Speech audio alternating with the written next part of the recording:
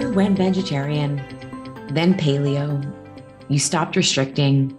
You're trying to love yourself more, but nothing seems to be working fully. And you might feel hopeless about ever feeling good in your body. And every time you fail, you trust yourself less. As the larger world feels increasingly in peril, caring about how you feel in your body may feel frivolous and even more hopeless. We are at a time when our individual and collective stories about what to do for our bodies, health, and the world are crumbling. Because these stories we have, they aren't working for how our bodies or our world actually works.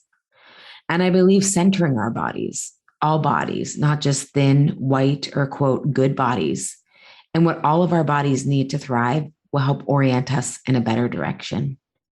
There's no one size fits all diet, exercise, or way to biohack. Good health is much less about willpower or discipline and more a complex interweb of our societal structures, food choices, emotional history, environmental exposures, and privilege. There is a great loss of certainty and safety when we initially have to face what is real versus the half-truths we've been fed. But the loss of these stories creates an opening.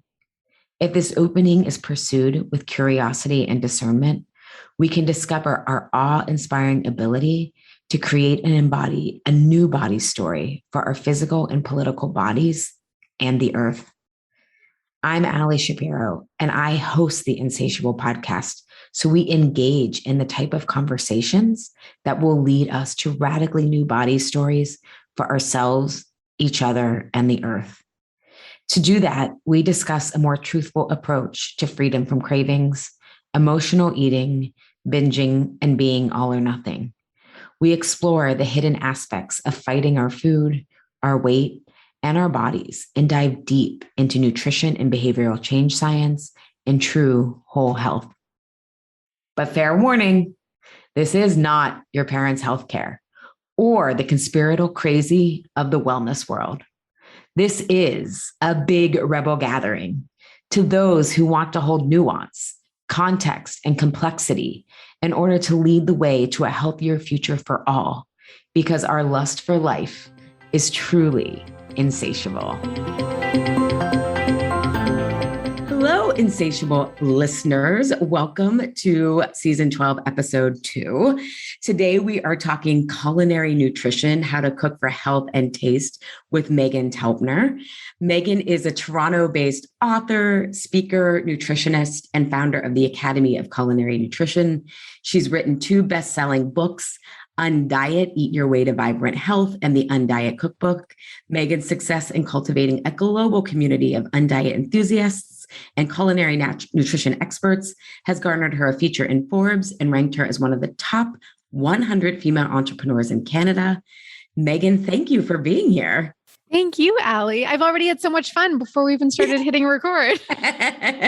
Yeah, we have so much in common, which is why I was excited.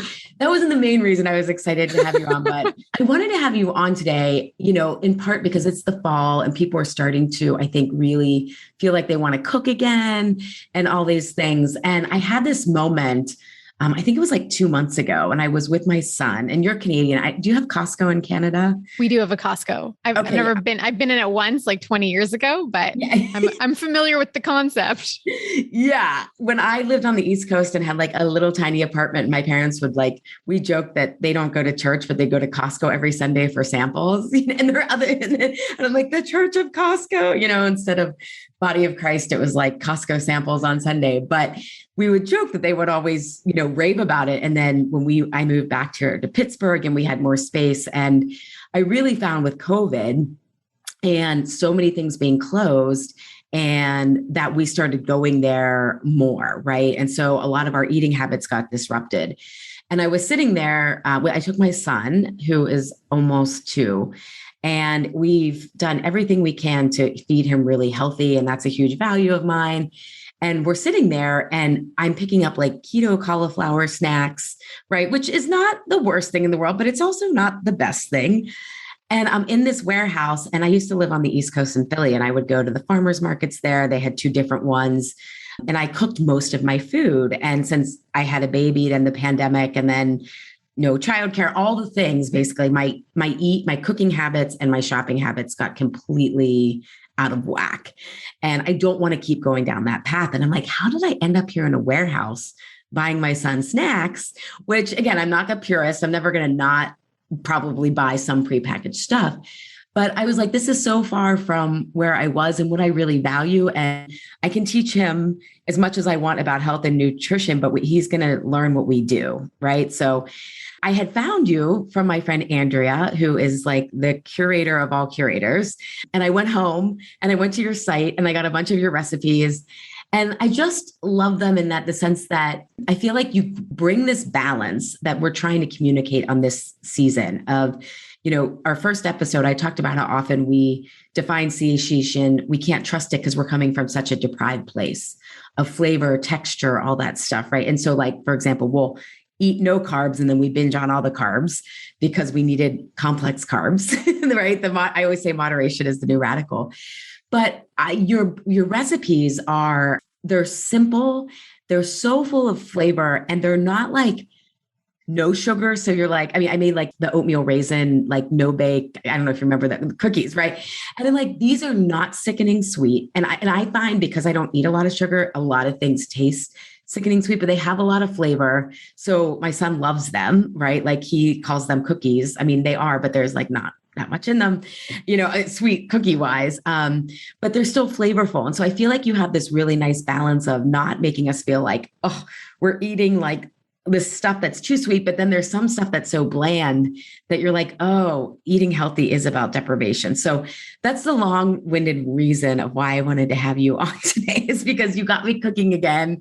And I just love your approach to keeping it simple too, because I think most of us, that's what we're craving after all the chaos of the past couple of years. Yes. Was there a question? No, part of the simplicity I was enjoying your story. Part of the simplicity in why I cook the way I do is because I don't really know how to cook. Like I am completely self-taught in the kitchen. I learned to cook because I was learning about food for my own health and learning about all these ingredients and like, how do you make kale delicious? How do you make quinoa delicious? I'm not actually sure you can make quinoa delicious, but I'm still trying.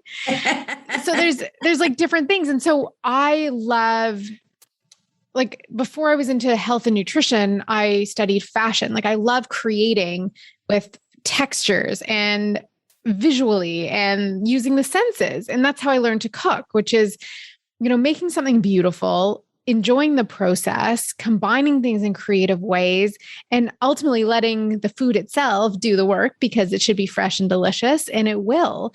And so that's my approach to recipe creation and doing it. And because, I'm also busy. I'm not interested in spending 2.5 hours to make dinner that, I have a 4-year-old that is going to be eaten in literally less than 5 minutes. So how do we make it awesome? And to your point about the sugar, I actually cut out all sugar 2.5 years ago now. Oh, wow. It was when my son, I was probably about where you're at. He was 2.5. And I was just feeling so tired. My sleep still hadn't re-regulated. And I was like looking at photos of myself and I'm like, that's not the direction I want to go in. It didn't look like me. Like I was a little bit puffy. I looked tired and it just didn't look like how I felt, how I wanted to feel. And so I made a commitment to eliminate all sugar, honey, maple syrup, like everything, alcohol, grains, everything. And I did it for a month and I felt so much better. I was sleeping again. I started like I had energy because I was sleeping. I had energy to get up and exercise. And then I just didn't go back to the sugar. And now, like I make the recipes on my website, like my muffins and stuff like that. And I don't add, some of them, if they have a fruit in them and I can get away with it, I don't add any sweetener. If I can do like add some dates to something instead of adding a honey, but like and I always told people your taste buds change, and I'd experienced it gradually with a transition to a whole foods diet, but actually getting rid of sugar, like I can't tolerate any of it. And I don't crave it. Like I have no desire for artificially sweet things. Like for me, like some grapes, whoa, out of sight. It's funny you should say that because I am coming off of an insomnia battle I mean, I actually hired someone to help me because I've learned, and from a functional perspective, insomnia is, they call it metabolic chaos, which I don't know where it came from because part of my gut is super healthy or whatever. But for right now, I have to eat a snack right before bed, and I eat grapes and some turkey breast. And I'm like, the grapes are so sweet. I totally get that. Is that helping you? Oh my God. Yeah. I mean, there's other stuff. Like I had been taking this, actually, it's an adrenal cocktail. It's like potassium and sodium. Yeah. And that has been hugely helpful. I think, and I'm not a clinician, I'm not into diagnostics, but after having a baby, we hear about postpartum depression, sometimes even postpartum anxiety, but I think there's waves of it. And I think at the 2 to 3 year mark is when a lot of women like hit a breaking point, but there's no like known support for what's going on. And it's basically like your body is now trying to regroup itself into like a new stage of functioning. I bet you're right. I mean, look, women's health is like an afterthought. So I'm sure in like 40 years, we'll be like, that is what I had. Yeah. Do you know what I mean? Yeah. Yeah. I found, I mean, my diet was pretty, strong to begin with. So it's actually been kind of the stuff that you hear to do, like go to sleep at the same time. I can't nap past 3:00, but we are doing some like deeper support of my system that was just burnt out from the last 2 years. So that's helping. But I want to circle back. One of the things that I think, I mean, you said a lot there. I love that you talked about the process, because I find that when we are more like when we enjoy the process of cooking, right? Like putting on music, or even where we get our food. Like I enjoy going to the farmer's market so much more than even having our groceries delivered from Amazon or from Whole Foods, but now it's Amazon, right? And I think that's something that we when it comes to cooking, and you saying that you're not formally trained, I think everyone's just going to take a giant exhale, because I'm wondering, like, how then did you start to discover this? And what hacks do you have for people who don't want to be professional? And I know you have courses and all that stuff, but I think that's so reassuring to people that, one, maybe they will never love quinoa, and that's okay.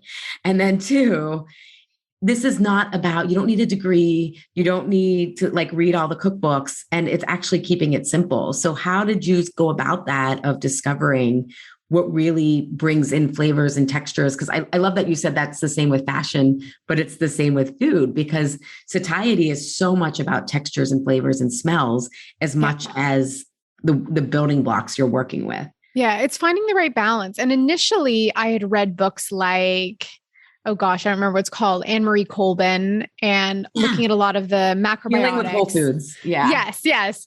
And like, I could picture the cover, but like this idea of macrobiotics. So I first went at it from like a very theoretical perspective. Like if we're looking at, if I have something salty, I need something sweet. If I have something acidic, I need something astringent. If I have something pungent, like, so to balance the flavors, then looking at what foods are considered sweet, what foods are considered astringent, what is pungency, like onion and garlic, what's spicy, and making sure that in every meal, not necessarily every dish, but in every meal, it has one of those 5 or 6 tastes, depending on whether you're looking at macrobiotic or Ayurvedic. They all have something in it about touching on these tastes. And so I started developing things just looking at like, am I tapping into each one of these? The challenge we have in the standard diet, like the snack food aisle, is that people say like, what kind of snacks do you crave? Savory or sweet? And that's it. Yeah. So if you're eating a ton of sweet things, you're going to be craving something salty. When you eat like a big bag of chips or popcorn, people want like a soda or something sweet to go with it to like balance out the taste buds. The problem is that because in processed food, even quote, healthy, organic processed food, we're still going with sweet or salty, and in an extreme way that you would never find in a meal you would prepare at home from scratch. So straight off the bat, you're throwing your entire taste out of balance. So when I started creating stuff, if I could at least start with trying to tap into and include enough of those tastes, then the first thing that people would say when I started out teaching cooking classes here in Toronto, they'd eat these meals and say, I feel so satiated after. Like that was the feeling. and without needing bread rolls or big amounts of starch, like potatoes or rice, or like a lot of these things that we often use as fillers with meals. But if you balance those flavors, you're good to go. And then it was just experience. And it was just continuing on, learning about new ingredients, trying to make things delicious that I hated. Like there was the quinoa, there's like spirulina, like there's certain things that like just don't taste good, in my opinion. I'm getting sea vegetables in, like finding creative ways to incorporate fermented foods like sauerkraut and kimchi. And like having that sour as part of a meal is not something that's part of a standard North American diet in any way. We don't eat anything that tastes sour except like wine, which doesn't need to be part of every meal. So that was really how I learned to cook. And then remembering that my objective, like my mission in what I do, is to not be someone that people have to keep coming to learn from, that to really empower people to start to get creative themselves in the kitchen. And the only way people are going to feel creative or confident enough to do that is if they have success with what they're making.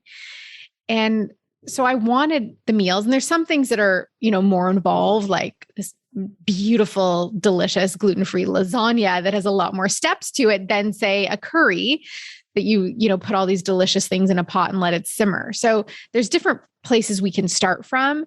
But ultimately, if you get people cooking with and seasoning things with other than just salt or sugar, you're like, you make these foods with like, you put a little lemongrass in or some ginger or some cumin. You're like, wow, this is amazing. And suddenly it's like all your taste buds, and they stimulate the synapses in your brain, and like you come alive again by just differentiating and changing up what you're eating. I love this.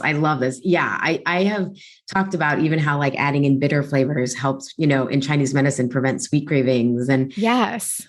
So I think we're all familiar with salty and sweet flavors. Can you give some examples of foods that are pungent, acidic, and astringent, or whatever flavor? I know you said different frameworks use different. Yeah.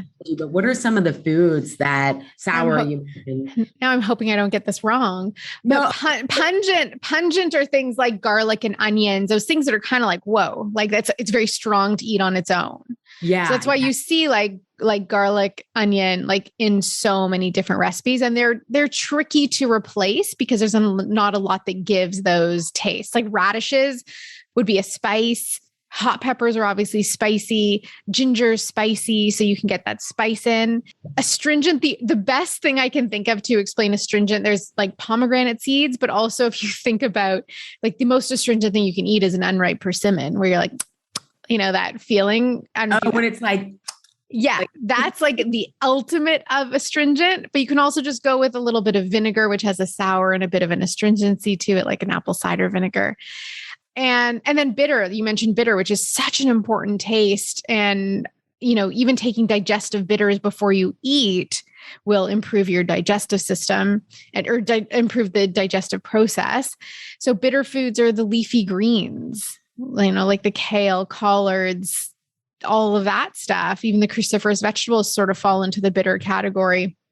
And what's amazing is that when you get any of these super fresh, a lot of them actually, especially fruits and vegetables, but they'll have a little bit of that sweetness in them. So if you start adding like red pepper, cucumber, carrot, sweet potato, like those all have some sweetness to them. So those are some examples. I'm sure I've missed a ton, but it's just and a way to train your brain is and you can Google this, so you can look it all up and get even a chart. But when you're preparing a meal, you just mentally say, I always say like, where's my carbs, fat, and fiber? Carbs, fat, fiber, and protein. But then also if you categorize it by taste, then you start to build out these satiating meals. Because in addition to the flavors, you also need that balance. Predominantly the focus needs to be on protein and fat to make sure you feel satisfied after a meal.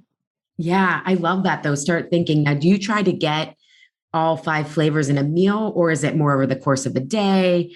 Or because I'm thinking one way that I get that astringent in it is like, I basically learned like to make like a coleslaw, right? Or a broccoli slaw. Like you take chopped up broccoli, and I do buy it pre-shredded from Whole Foods right now. Baby steps, right? Of getting back to where it was. But it's like, okay, I know 3 tablespoons of olive oil, 2 tablespoons of apple cider vinegar, and then 1 tablespoon of honey. Like I'll do the 3, 2, 1. And so I know that like dressings are a great way to get the astringent in. And then like, I was like, oh, this could use some like sauteed almond. Like, I don't know. There's just like you can start to get intuitive, but are there any other easy ways that you recommend? I know that you said garlic and onion. We're coming up on soup season in the Northern Hemisphere. So that's like the base of all my soups is like garlic, onion, and then some sort of spice. I mean, it's really, if you just start using a variety of vegetables, you kind of have yourself covered. That's like the simple way to do it. Simplest way. Like I definitely don't prepare a meal being like, check, check, check. I got all my bases covered. Okay, family, you can eat now. Like I don't like it's not going to happen. But I do know, and I can feel it if I eat dinner. And I often find it personally because of the way I eat and my metabolic needs, that if I don't have grains in my meal, I feel more satiated after I've eaten. I don't go back for like seconds or thirds. I eat my meal and I feel good, and that's great. So everyone will have their own taste and balance. And I would also suggest that as you move away from the packaged stuff, that you allow yourself to salt your food as much as you need, but you use a Himalayan salt or a sea salt. You're not using iodized table salt. So you're still getting the full spectrum of minerals. Otherwise, what will happen is that you go and like people think to eat healthy, they have to have like a salad with lemon juice and a grilled chicken breast, which is like the worst meal ever. Like no one eats that and is like, this is so delicious. Like I feel so satisfied. So you have to allow yourself, like salt the food and slowly go off it. Or if you are eating way too much of it, what's really great to do is actually eliminate it completely. So you eat this super bland diet for a week, or take away all the sweetness and you eliminate that. And what happens is you resensitize your taste buds. So you actually things taste saltier because you haven't had it. So you actually need less salt to get that benefit, or you need less sugar for it to taste sweet. The more you have, the more desensitized you are to, and then the more you want to have. Well, I was thinking when you were describing your experience with sugar and now going off of it, it's like, well, that was like an easier leap, right? Because you barely ate any to begin with. Because I know the listeners are going to be like, ask her about that. Like, how did she get there? Right. And well, no, so where I was at, I was actually, my husband and I when we'd go to California for 6 weeks in the winter. And like I like the food you can get, from what you can order through Thrive and like all these things that we can't get access to. And I was just eating like different kind of chocolate treats and all these organic potato chips and the sietes and all this stuff that isn't as accessible in Canada. And that's when I was like, this is too much. Like I'm eating too much of all of it. So it might not have been that I was, having a lollipop. Like I don't remember the last time I had a hard candy, but it was more than was normal for me. And it was a lot. It was like having something sweet after nearly every meal, like having a little square of chocolate or whatever. And I just didn't want to be reliant. Well, that's that. Yeah, but that's what I mean. Like you were coming from like some people, right? Like depending on like when I used to really struggle with emotional eating and all that stuff, it was like I was eating so much sweetness to your point. So I needed more, right? Yeah. To get. And now my diet is relatively what people would say clean. I don't, that word, like, the undertones of purity culture and religious. And we think that's a whole other podcast because dirt is also really in these days. So it's like the soil. Dirt don't hurt. I know. We're walking over daycare and my son is picking up all these leaves. And my husband's just like, I don't want to know how many dogs peed in those. I know. Like microbiome. But like now the having something that has like maple syrup or honey tastes like super like decadent to me versus, 10 years ago, that would have been like, is this sugar-free? So that's what I want listeners to pick up on is that like Rome wasn't built in a day. And often if you try to go cold turkey, it's going to, because if we look at the body physiologically, right, you're going to need more receptors. You're going to need to grow more receptors. So if you go cold turkey, not only are you withdrawing basically from like, feeling carb flu and cravings, but you need to give your body time to regenerate more receptors that then make things taste more sweet with less. Is Well, that since you brought in the term receptors, we can talk about rewiring of the brain because that's what you're doing. yes. You've hardwired habits, you've hardwired expectations from certain things you consume that stimulates the dopamine and the reward centers, and all of that is going on. So you do need to rewire the brain away from it. And Rome wasn't built in a day. I'm not where I am today because I decided to be here yesterday. It's been like 16 years of transitions. That being said, when it comes to sugar, I do think you have to quit it. Like, I think that at least for a period, and maybe it's 2 days or 3 days, because that discomfort, that withdrawal will basically tell you everything you need to know about the challenges of being hooked to the substance. Because you can, if I said to you, listen, you have to stop eating broccoli, you'd be fine. Like, that's one food. You wouldn't have withdrawal symptoms. You wouldn't have headaches. You wouldn't be fatigued. You wouldn't be cranky. You wouldn't be all of that stuff. It's same with caffeine. Like, so when you're relying on these substances just to feel your baseline function, that's a little bit of a dangerous place to be. I have a study I referenced in Undiet, my first book, about mice who were offered either cocaine or sweetened water, and they were going for the sweetened water, which you could, lead to an overly dramatized conclusion that sugar is more addictive than cocaine. And maybe for some people it is. It's maybe not as dangerous for some, but we're not going to assume anything on anybody. But that's why I think it's really difficult to get the chocolate chip off your shoulder if you keep putting it back there all the time.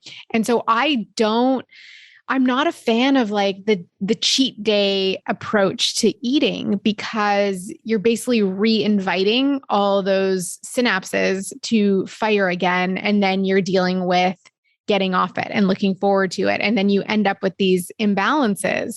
Whereas if you get off it, get used to not having it, and then you can have little bits at a time, it's in a more balanced way. And, even if we talk about imbalanced eating or disordered eating or whatever title we want to give it, no one feels comfortable when they've overindulged in something that makes them not feel well in their body. And a lot of it is that stimulation that we get.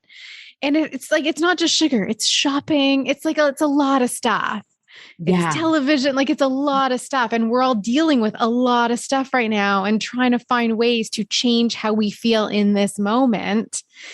And so sweets and cookies are a really easy, seemingly harmless way to go about it. But then when one's not enough, we get more and more and more. And then we do develop metabolic challenges and inflammatory conditions and dysbiosis in the gut. And so it affects our immune system and it affects our nervous system.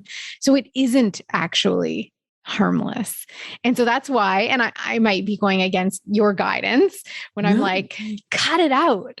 Like, when in doubt, cut it out and see what happens. I actually offer a no sugar challenge. It's like a 7-day, like, easy peasy thing. And there's meal plans and guidelines, and it changes people's taste buds. Yeah. Well, no, I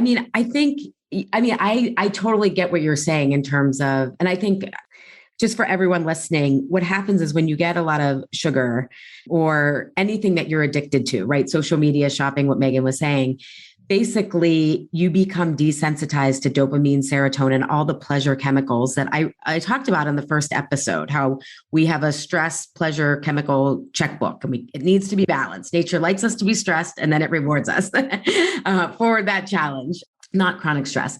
But the more sugar you eat, the less your body, I think of it as like tentacles. It's like, I don't have to work so hard to get this, right? So why am I going to like sprout new receptors? And so that's what we're talking about. I just want to give people kind of the physiological background. I think the challenge, and I think what's important to kind of mention for people, because a lot of people listening to this, they get that intuitive eating is kind of like, I need more guidance than that, because the more that I eat, the more that I want. And processed foods, I talked about this last episode, are designed to hijack our satiety and like make us eat more. The challenge is, I think, with disordered eating, if you're restricting when it doesn't feel like you really want to, like it's not really your choice. But what Meghan's saying is tie it not to, oh my God, I'm going to cut out sugar and lose all the weight. It's let me cut this out for 3 days and see what a withdrawal symptom I feel. And or maybe a week. I think you said 3 or 7, however long. Everyone's going to be different based on where they're coming into this process. But connect it to, oh my God, look at all of this, withdrawal at first that you're going to feel, but then it's kind of like you'll feel better afterwards. And I think that's what, and then paying attention to, wow, it's kind of like what eventually got me off coffee is like, I realized I was so tired from the withdrawal of the caffeine, not that I was naturally tired. I actually had energy, but the caffeine was making me tired. So I said, I think we don't like to be dependent on things, right? So that was my value of like, I don't be dependent on anything, caffeine included. So if people can do the sugar elimination, but again, not from a weight loss framework, but more from let me see how this goes. And like, do I have more energy? Do I have more stable moods? All that kind of stuff. That's the healthy experiment. Yeah. I mean, I never mention weight. I never mention weight loss. No, but like, I don't do calorie counting. Like I don't play those games because that's how you mess with people's view of food. Because you can look at like a handful of gummy bears or 2 avocados. They could have the same caloric count potentially, but like you're getting a completely different value of nutrition from those 2 things, different fuel for your body. And so I always look at how people feel, and I understand and appreciate the concepts of intuitive eating. And when you crave something, have it, or it just becomes this bigger deal in your mind and all of that. And of course, I'm not giving any individual a personalized recommendation right now. Yeah. And I recognize we have to be so mindful of how we speak about things. What I'm suggesting is, what if this little change could actually just make your entire system function better? Yeah. And then that becomes its own motivation. And then like, sure, if your body is holding on to more weight than your frame is intended to, or you need to put on more weight or whatever it might be, usually when you can regulate and balance yourself metabolically from not like a metabolism perspective, but from an entire systematic function, it all finds the right balance where it's supposed to be at that point in your life, which will change over your life. Younger people have different bodies than older people. Yeah. That's just the fact of nature. We were talking about this on my membership call today of like, bodies change. We think that things are stagnant, but it's like bodies change and they cycle even within seasons and all that kind of stuff. But yeah, no, I think I just wanted to, a lot of my work, the background that I have in my graduate work is in adult development and how adults change. And to your point, it has to be about adults think that like they will change based on long-term goals, but they have to see, because we have so many other competing commitments, we actually have to see some sort of immediate improvement in our life. And so I was just like wanting to point out that that's what you were focusing on, right? Is like, do you sleep better? It's having that contrast can be like, whoa, this is something that's worth working towards.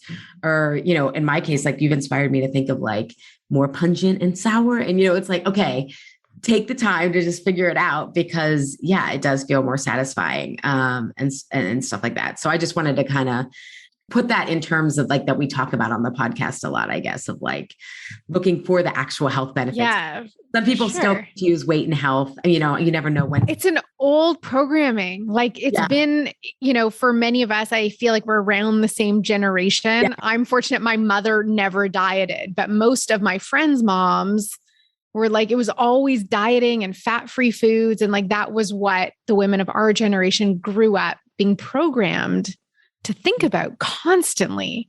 And that's why I say like the calories and all that stuff was never a measure of health. It was never about our health and well-being. Oh, no. It was keeping us in line. So we talked about flavors. The next thing I want to circle back to, you said textures. And I think that's so important because we need all the textures. So can you share your thoughts on textures? And, I know chewing produces serotonin in the body. Like, what are your thoughts on textures and how to add that? And how do you think of that when you go for your own food plan, like to make your own meal or pick out something if you're out to eat? Yeah, it's interesting to thinking about textures now with a child because they're way more sensitive to textures of foods too. But like no one wants a meal that's everything's mushy. No one wants a meal that's overly chewy. And if something's too crunchy, like you can't eat a massive kale salad unless you massage your kale. Everyone has to massage kale. Like it's the only way you could intake it.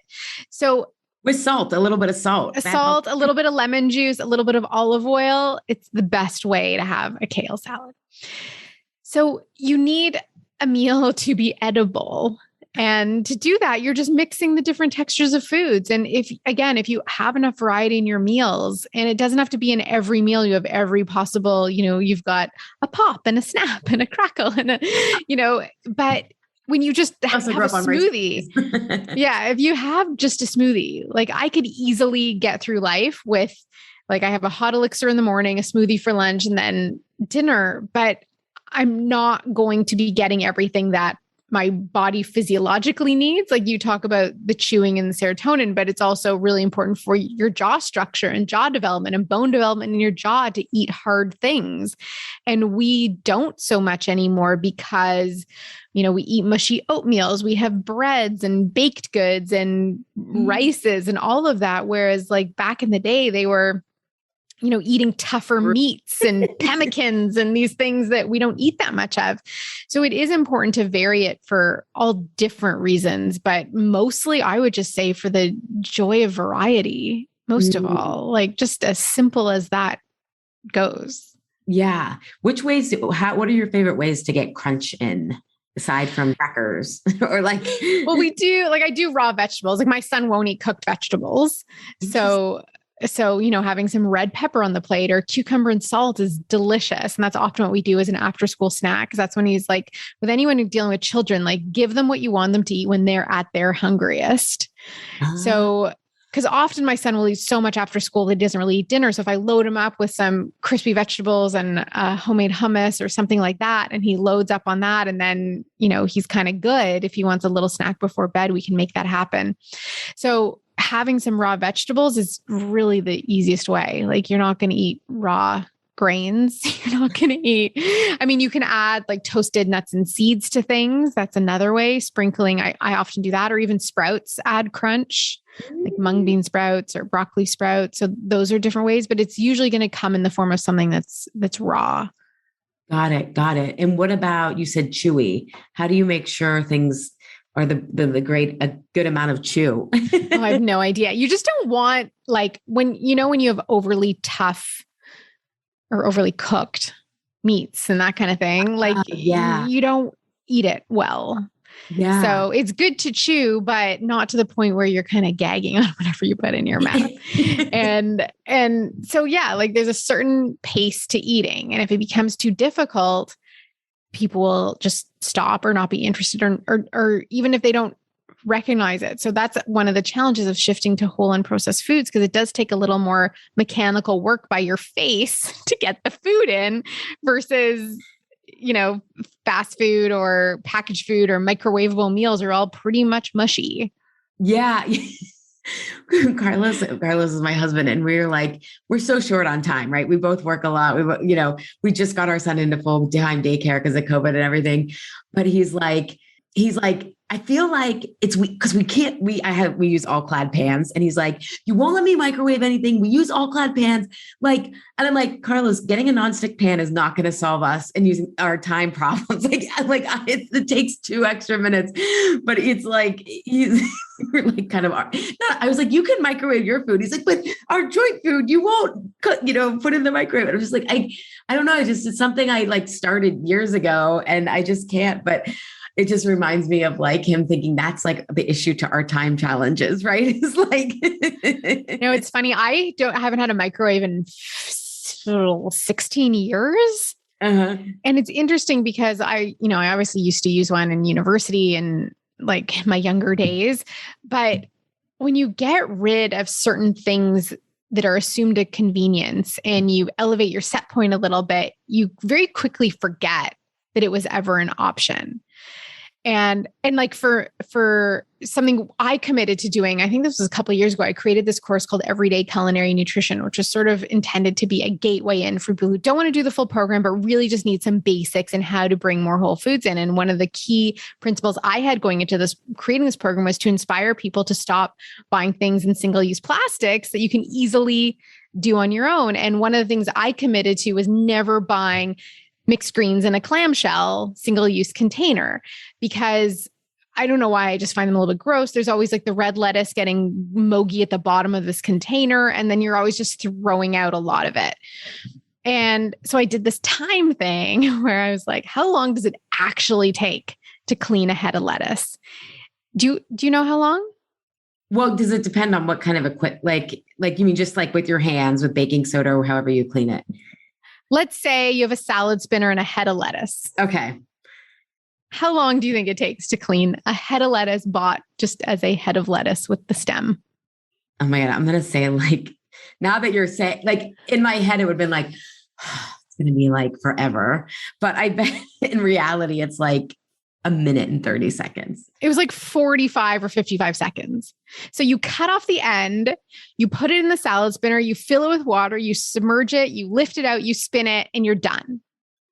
Right? Yeah. So broccoli, same thing. You cut off the stems, you break it into pieces, you wash it, you put it in a container, and you're done. And now what you're getting is that Pinterest fridge where all your vegetables are prepped and ready to go.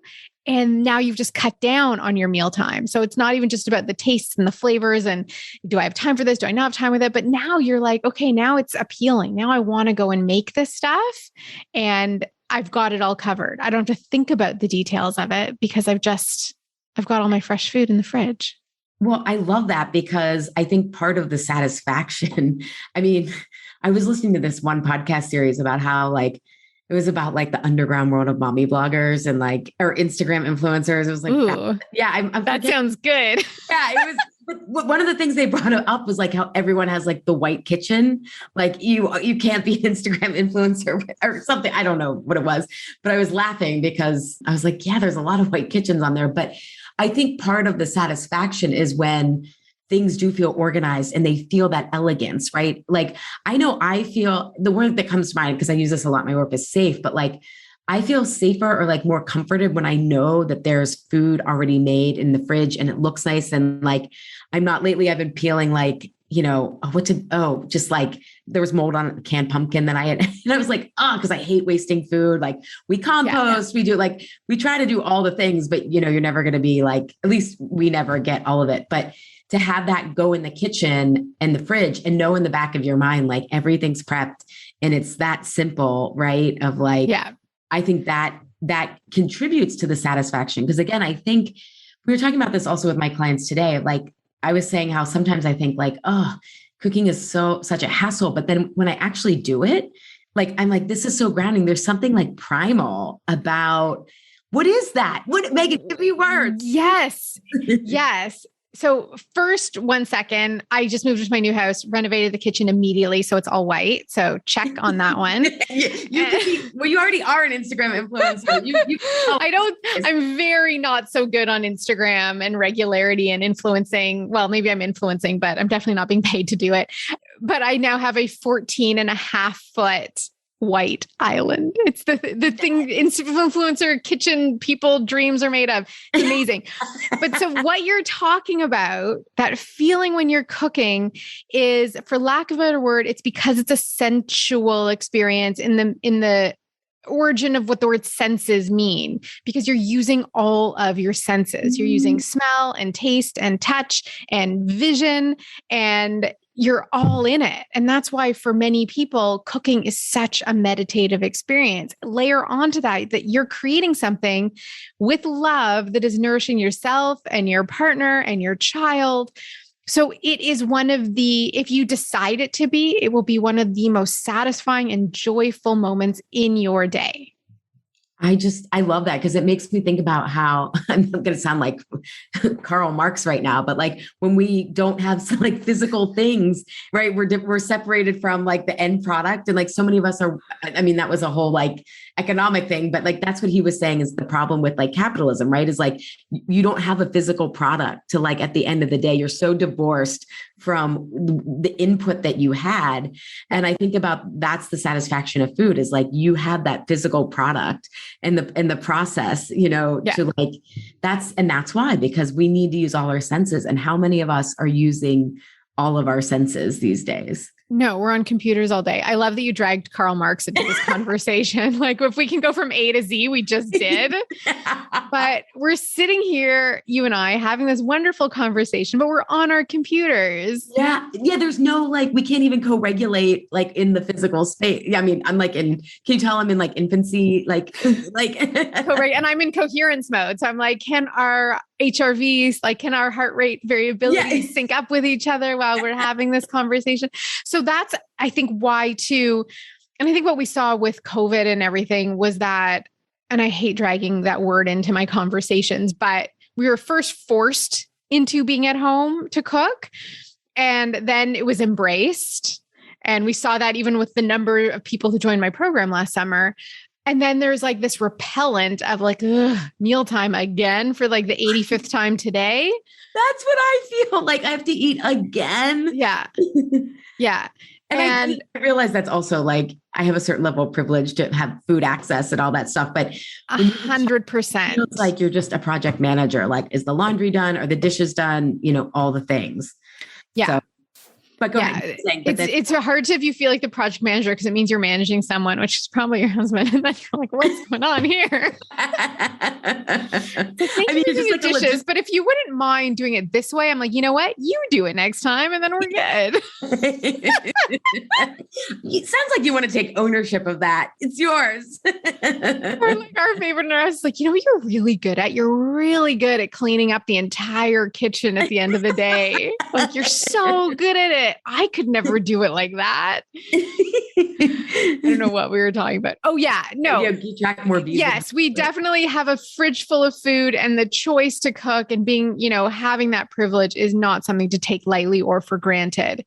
That being said, we also do have the privilege to choose what we're going to eat. And most of us are wasting that privilege that not everyone in the world has.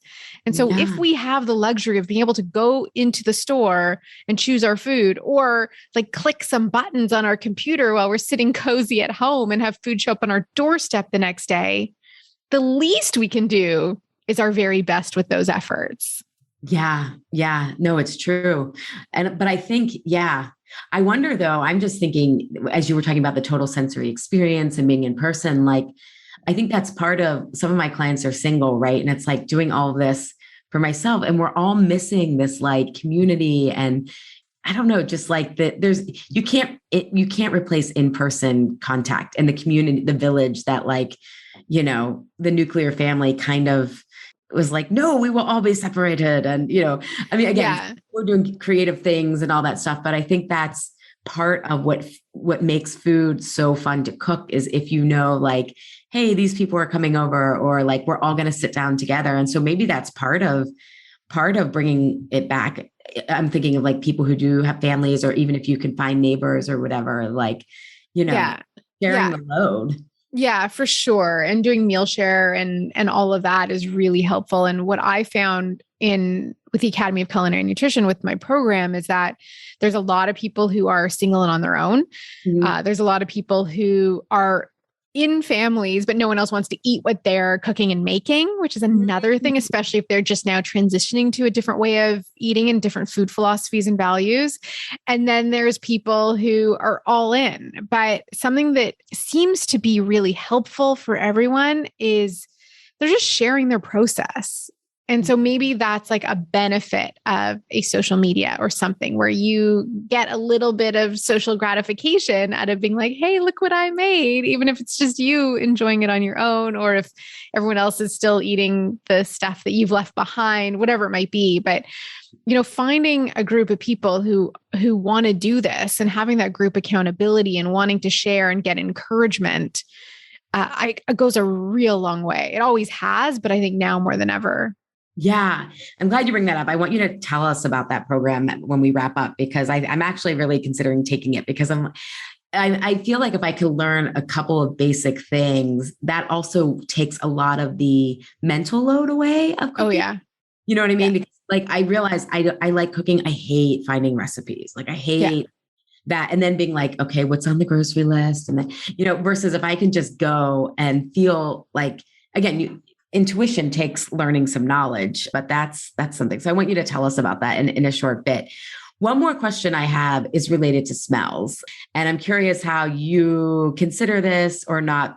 Because I remember one of my friends, we're still friends, I just haven't spoken with her in a while, in Philly. She used to work for a food company. And we did a whole, back when there were blogs and people read blogs. I mean, people still read blogs, but it was much more the blog was the thing. I did a whole Q&A with her, but she worked for a food company and she shared about how like smells are more important to food companies than the taste, and what they do to distort our smell so that like you can make something that is quite chemically smell appealing, right? And so I'm just Yeah. curious, like what you can share about smells and the importance of that when it comes to food.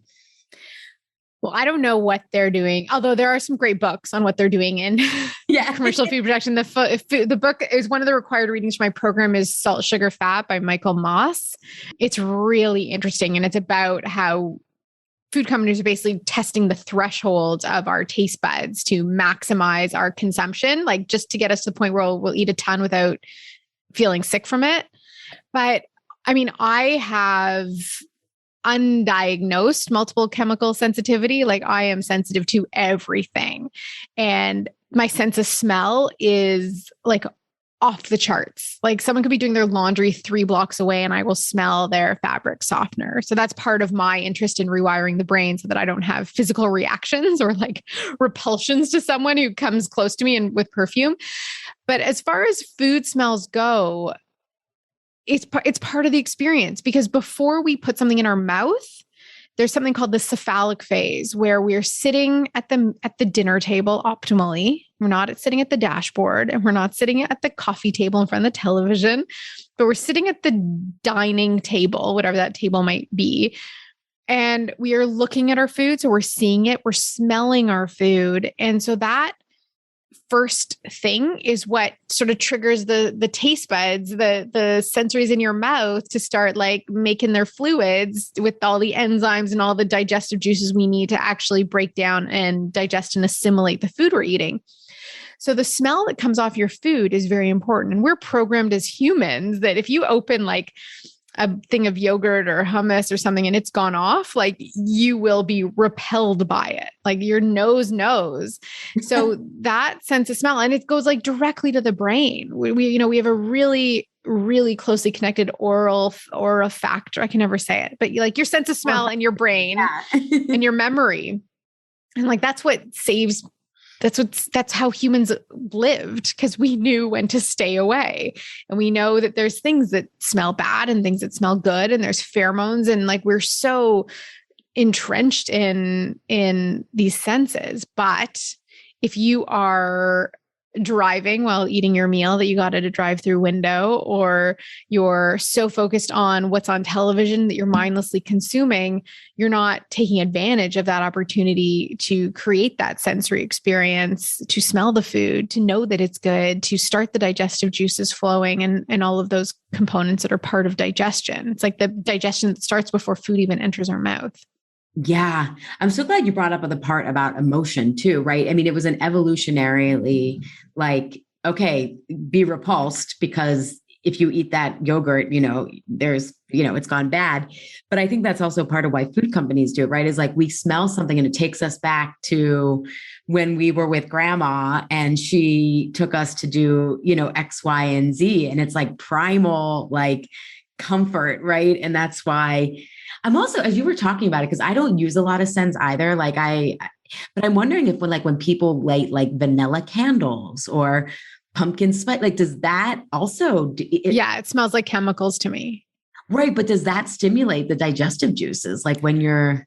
I don't think so. Maybe. I think that your body inherently knows when something's synthetic.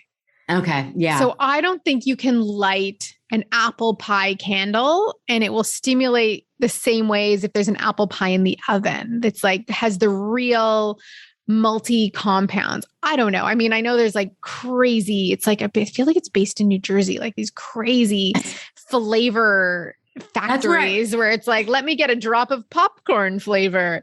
That's where my friend worked. And, and when I used to work in the corporate world, I lived in the city of Philly, but I commuted to the suburbs for work. And I would drive home every night and you could just see it like, and the smell that would come out, it actually smelled like sugar wafers. I don't know what, I mean, that was like the dominant smell, but I was, I didn't know any of this at the time. Someone was just like, oh yeah, that's where like Kraft and, all those places are.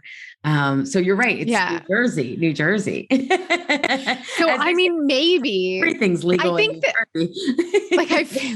do they say that? I don't know. Yeah.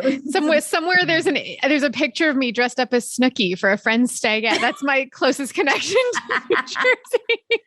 My husband's from Jersey. Yeah. Jersey, there's a lot of jokes and Philly is so close to most southern Jersey, but yeah, I love that you're in Canada and you know that about New Jersey. So very little. So yeah, I don't know if those candles would stimulate, but you just reminded me of a story that I wish I could forget about early days. I went on a date with someone who we ended up back at their apartment very briefly. I'm not divulging too much information, but he lit these Glade watermelon scented candles. And I was basically like, what is this smell? And I ended up eventually working at that same company as him, and Glade became my client. But those candle smells, just to me, like if I smelled that, it would take me back to that experience in my life, but I don't think it would make me want to eat a slice of watermelon. Right. I was gonna say, can you still eat watermelon? Maybe that will help us figure out if it just doesn't smell the same to me. Like we'll sometimes eat a strawberry and we're like, whoa, this is like the full expression of the strawberry flavor. Like if you were to buy a strawberry candy, it would taste like what this real strawberry looks like. Like I can get those connections, but yeah, I don't know if sprays and perfumes and scented candles do the same. Not my area of expertise. Yeah, no, it's just kind of, as you mentioned them, I was like, that makes me wonder. So you mentioned that you run, and I love that name, just culinary nutrition, because to me, it says like, I'm going to learn to cook in it, for health. I had actually a listener email me that she wanted me to do a whole episode on how the Food Network like normalizes like disordered eating. And I was like, yeah, the Food Network is for people who love to eat, not people who necessarily love to cook, right? Because all this kind of stuff. So I'm wondering, you run culinary nutrition, and I want you to tell us more about it when we can find more about you. But it's a process to help people develop this kind of way of how you think about food so that we're feeling satisfied. Not only, I love that I always say fat, carbs, and protein, but fiber too, of course. We should mention that. I think that's always to me like, of course, but it's important to mention it. And flavors and smells and textures. What do you think are some of the biggest surprises that people walk out of your culinary nutrition, philosophy with, of like our graduates? There's a couple things. I think one, and like they start out so simple, like their first assignment, which I think is due as we record this 16 minutes ago, is creating a spice blend from scratch, like using whole spices, toasting them, grinding them down. So making a blend like that. They make their own barbecue sauce and they make a honey mustard. So suddenly they're like, wait a second, you can do all of this and it's so easy. Oh, and they do an almond milk. Actually, I don't know if that's an assignment or if it's just something they all end up doing because I demo it and it's so simple and like there's no fillers or preservatives or sweeteners or anything in it. So I think the first thing is they realize like how intensely joyful, satisfying, and fulfilling it is to cook from scratch in your own home kitchen. And I think that's like something they pick up on in the first couple of weeks if they hadn't already been doing it. But our flagship program, it's 14 weeks and it's a certification. And our objective isn't just to share this information. It's not me just teaching to you and you being like, okay, that's interesting. Thanks. I'm going to start doing this. But we're also empowering our students to teach it. So they're learning how to take it in, but then also how to find their voice in it, how to distill it, how to share it with other people, whether it be inspiring their children to eat better, their spouse, their parents, or in more of a business setting. So how to teach their own cooking classes, how to write about food, write about recipes, write about culinary nutrition, health and food in a very educated and referenced evidence-based way. So we teach all of these skills. And so we have people who come into it with lots of experience. Some people have no experience. Some people have nutrition training, or they're physicians, or they're nurses, or they're dietitians. We have people who are in what they call their twilight career, where they've been accountants and lawyers and pharmacists. And they're like, this is what I really want to do. And now my kids are out of the house, so I can do this now. So we have people from such a massive spectrum. We've had students now in over 75 countries. And what they're coming together to learn is to be empowered, to know how to best nourish themselves and their families, or with clients if they're going to continue or start a new business. And so they leave the program with a full refreshed feeling around their time in the kitchen, that becomes the best time of their day. And that they're so jazzed about it, they can't help but want to share it with other people. And that's ultimately the objective I had in creating the school, was that I can't teach everyone how to do it. If everyone cooked and ate like this, we wouldn't have the health issues we do. There wouldn't be degenerative disease in the numbers we have and all these preventable health issues. So how do we get more people doing it? And the easiest way is not to be like, here's your list of supplements and here's all the things you need to do. And here's the practitioners you need to see. But here's what's going to be at the end of your fork. It's going to be easy to make. It's going to be beautiful, and it's going to be delicious, and you're going to want more of it. It's an easy way in. Yeah. Well, it's so exciting to me that I think some people say the pendulum swings back and forth. And I think COVID especially has helped people.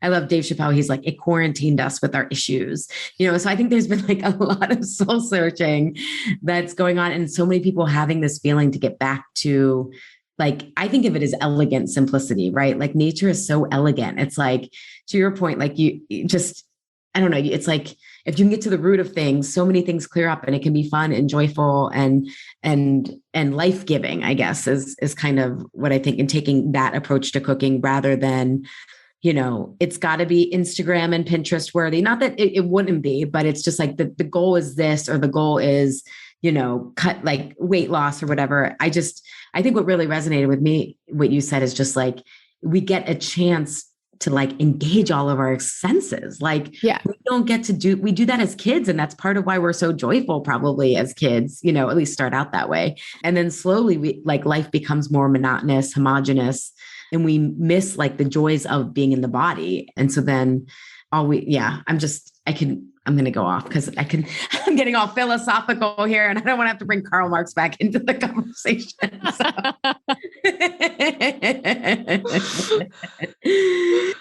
Are there any things that you think, aside from the joy, and I mean, I even thought of that's exciting about like making your own spices. Because to me, then eventually, if you learn some of the foundations, like do you teach the foundations, then people can start making their own creations, I guess. Like, yeah. Or just the idea that like, wait, I can make my own. Because I have an allergy to black pepper, as an example. Oh my God, that's so interesting. Right? So curry powders, Chinese 5-spice blend, or the 5-spice blend, often pumpkin spice mix, like they have a black pepper in them. So that was originally when I'm like, well, what am I going to do? I'm like, I'm just going to find a recipe for spices, which hadn't occurred to me, like garam masala. So all these different traditional blends that come from different cultures that I like to, that inspire my cooking. You can make them yourself, and they're going to be so much fresher and more fragrant and more delicious, and make your food better.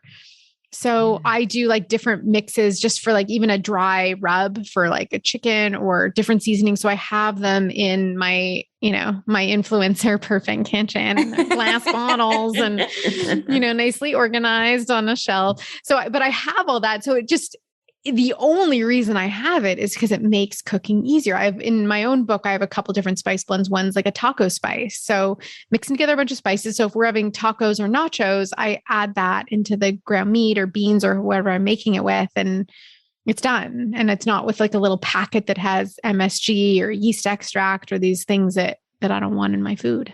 Yeah.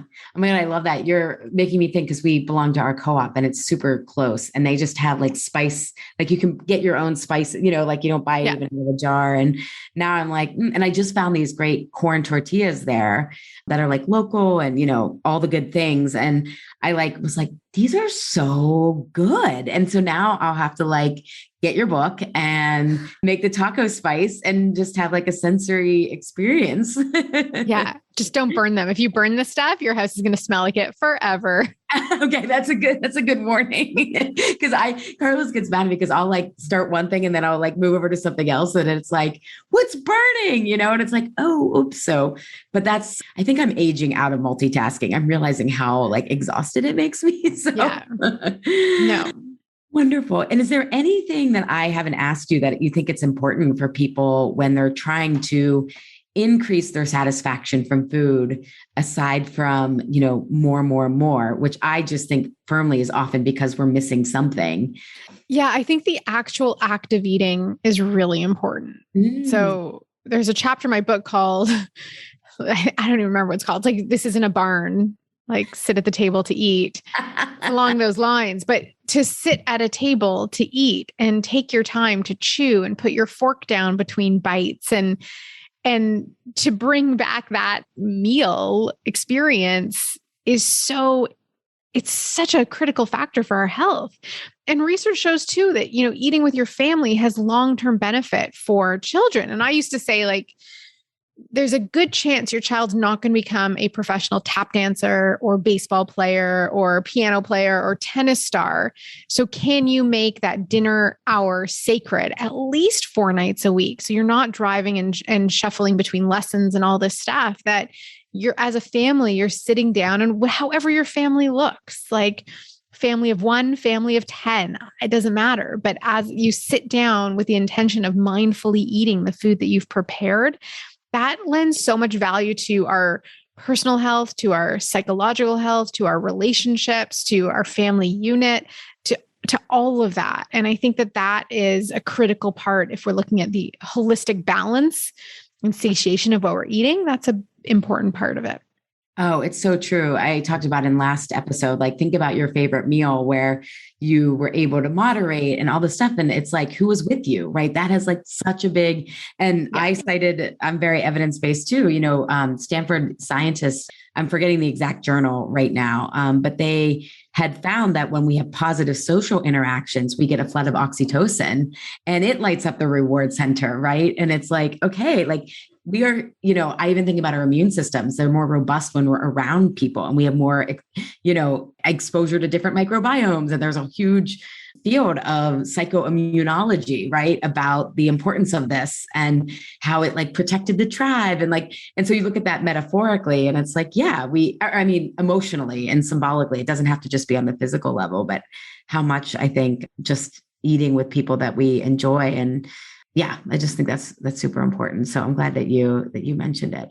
So tell us a little bit more about Culinary Nutrition School and where people can find you. So on the internets where you're influencing. Where I'm busy influencing.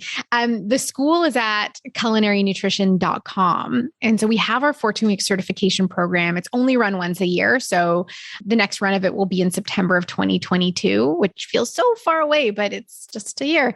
And then we have a few shorter sort of self-paced instant access courses there. So if someone is really interested in just getting started, the Everyday Culinary Nutrition class is a great place to start. And that's at culinarynutrition.com/culinary.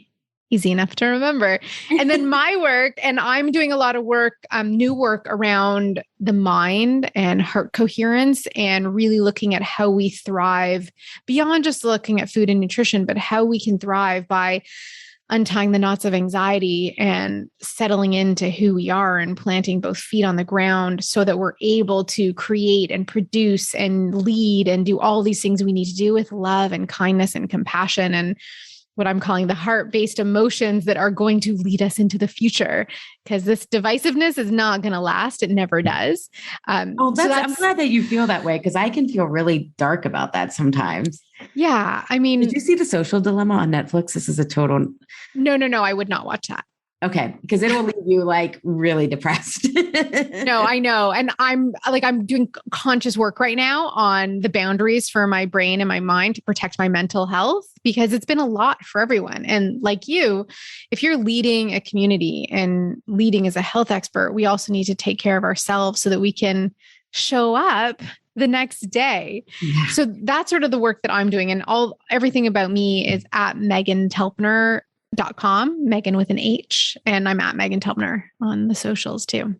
Awesome. And that's where you can get a lot of great recipes too. Yes. There's about 300 recipes, I think, on my website because I'm hanging on to my blog. It's been going since 2008. I publish once a week, not always recipes, but I'm staying firm that the blog is the best way to connect.